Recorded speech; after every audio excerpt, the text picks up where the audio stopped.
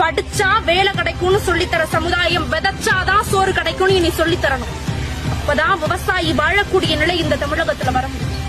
கணினியில வேலை பாக்குறவன மரியாதையாவும் காட்டுல வேலை பாக்குறவனை கேவலமாவும் நடத்துற இந்த சமுதாயத்திற்கு தெரியல.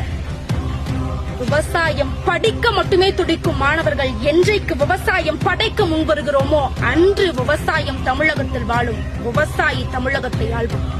ஆண்டு முழுவதும் அதிக விவசாய மகசூல் தரும் விவசாயிக்கு பத்மபூஷன் பத்ம விபூஷன் விருது வழங்கி சிறப்பிப்போம். அப்புறம் வழங்கலாம் ஆசிரியர்களுக்கும் அரசு ஊழியர்களுக்கும் ஓய்வூதியம். உலகையே உள்ளங்கையில் கொண்டு வர இங்கு எல்லோராலும் முடியும். ஆனால் உள்ளங்கையில் உணவை கொண்டு வர விவசாயியால் மட்டும்தான் முடியும். பணம் பார்க்க இங்க 1000 வேலை இருக்குங்க. உணவை கையில எடுக்க ஒரு வேலை இருக்குன்னா அது விவசாயமா மட்டும்தான் இருக்கும். இதை இந்த சமுதாயம் புரிந்து கொள்ளக்கூடிய காலம் வெகு தூரத்திலும் இல்லை.